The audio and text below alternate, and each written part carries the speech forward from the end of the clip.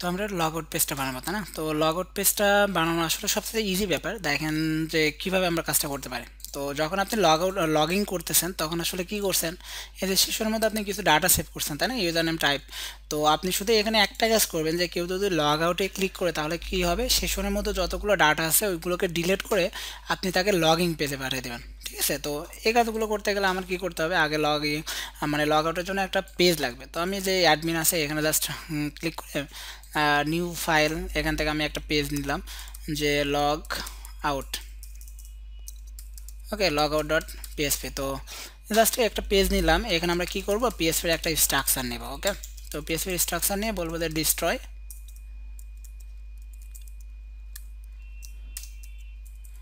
Just এখানে বলতে পারি যে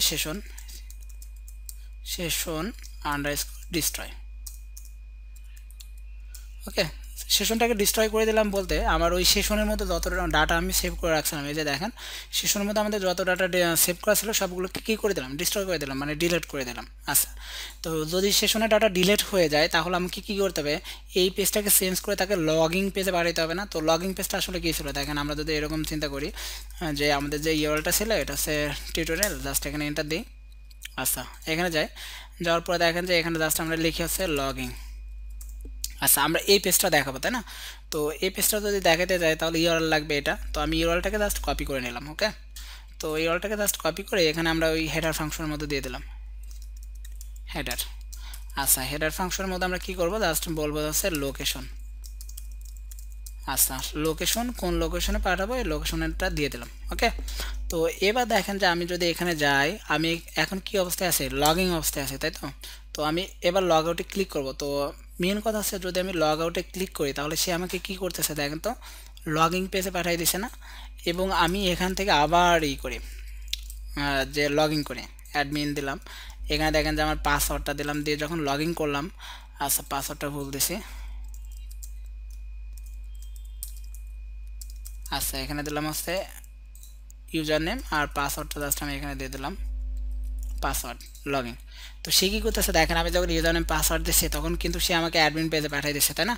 তো আমি যখন আবার লগ আউটে ক্লিক করতেছি সে কী করতেছে, ওই সেশনের মতো ডাটাটাকে ডিলিট করে আমাকে আবার লগইন পেজে পাঠিয়ে দিচ্ছে। তো এটা হচ্ছে জাস্ট আমরা লগ ইন করতে পারি, লগ আউট করতে পারি। তবে এবার কিছু একটা প্রবলেম আছে, প্রবলেমটা দেখেন যে কেউ যদি এখানে ইউজার নেম পাসওয়ার্ড দিয়ে লগ ইন না করে এই যে এখান থেকে মানে ইউআরএলটাকে চেঞ্জ করে এরকম করে দেয় যে অ্যাডমিন ডট পিএসপি, তো যখনই ইন্টার দিচ্ছে তখন দেখেন সে কিন্তু অ্যাডমিন প্যানেলে চলে আসতে পারছে, তাই না? যে এখানে আপনার একটা ইউরো দেখালো, তারপর তো আপনি অ্যাডমিন প্যানেলে চলে আসতে পারছেন, এই যে এখান থেকে এখন ক্লিক করে পরের কাজগুলো করতে পারবেন, তাই না?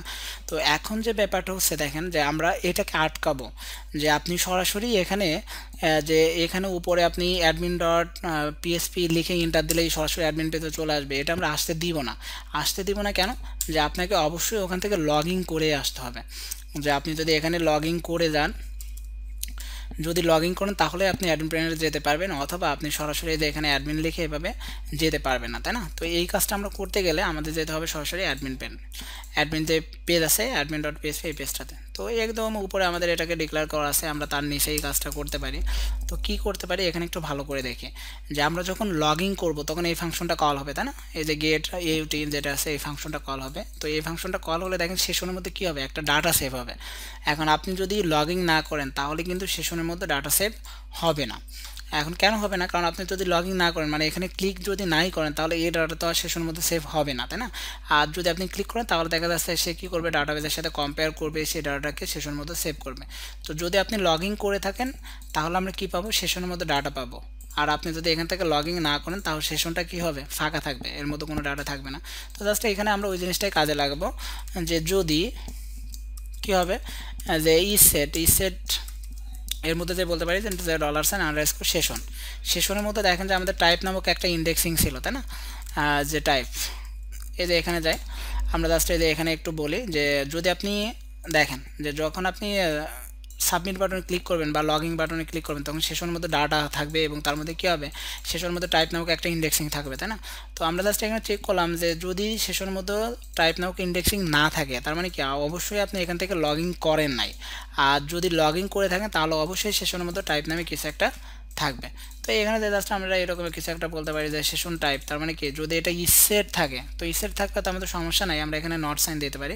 যে যদি এর মধ্যে না থাকে তাহলে আমরা কি করব, তাকে লগইন পেজে পাঠিয়ে দেবো। দেখেন লগইন পেজে পাঠানোর জন্য এই যে একটা লিঙ্ক আমরা এখানে করছি না, যে তাকে সরাসরি লগইন পেজে পাঠিয়ে দেবে। তো দেখেন এই শুধু এই কোডটা করলে আসলে কি হবে আমরা জাস্ট একটু দেখি। আচ্ছা, তো এখানে একবার রিলোড দিলাম, হ্যাঁ, দেওয়ার পরে কেউ যদি এরকম লিখে যায় অ্যাডমিন ডট পিএসপি, দেখেন তাকে কিন্তু লগইন পেজে পাঠিয়ে দিচ্ছে। এখন কিন্তু সরাসরি কিন্তু আমরা অ্যাডমিন পেজে যেতে পারতেছি না। দেখেন ক্লিক করলে কিন্তু সে আমাকে কোন পেজে পাঠাচ্ছে, লগইন পেজে পাঠাচ্ছে না। এবং দেখেন আমরা অ্যাডমিন পেজে তখনই যেতে পারবো যদি এখান থেকে আমরা লগইন করি। তো আমি এখানে দিলাম যে admin@gmail.com আর এখানে দিলাম হচ্ছে পাসওয়ার্ড, লগইনে ক্লিক করি। তাহলে দেখেন সে কী করছে, আমাকে অ্যাডমিন প্যানেল পাঠিয়ে দিচ্ছে, তাই না? তো যখন এখন দেখেন আমি যদি লগ আউট করে দিই তার মানে কি আমার সেশনের মধ্যে ডাটা নাই। যদি ডাটা না থাকে এবার আমরা যতই ট্রাই করি সে কিন্তু আমাকে ওই পেজটাতে যেতে দেবে না। তো আশা করি সবাই বুঝতে পারছেন যে আসলে কাজটা আমরা কি করছি। তো এরপরে যে কাজগুলো আছে আমাদের ওখানে দেখবেন যে অ্যাড ক্যাটাগরি, হ্যান আরও অনেক কিছু আছে, ওইগুলো নিয়ে আমরা মোটামুটি কাজ করব। হ্যাঁ, তো আমরা যদি একটু দেখতেই চাই তো এখানে যেতে পারি যে অ্যাডমিন, আবার লগ ইন করি 5। ওকে, আচ্ছা, তো এই যে এখানে দেখেন লগ আউটের কাজটা আমরা করছি। এখান থেকে আমরা কি করব, যে ক্যাটাগরিটাকে অ্যাড করব, ক্যাটাগরিটাকে ডিসপ্লে করব, এডিট ডিলিট করব, তারপরে পোস্টটাকে অ্যাড করব, পোস্টটাকে ডিলিট করব, ডিসপ্লে করব, সব কিছুই করবো আর কি। এখান থেকে যে এখান থেকে আমরা ক্যাটাগরি ডাটা দিব, যে ডাটাগুলো এই যে এখানে ডাটা পেজে সেভ হবে। আবার দেখা যাচ্ছে এখান থেকে ওয়েব পেজ থেকে আমরা ডাটাটাকে ডিলিট করব, সেই ডাটা অটোমেটিক এখান থেকে ডিলিট হয়ে যাবে। তো এই কাজগুলো আমরা পরবর্তীতে করব। তো আল্লাহ হাফেজ, ভালো থাকবেন সবাই।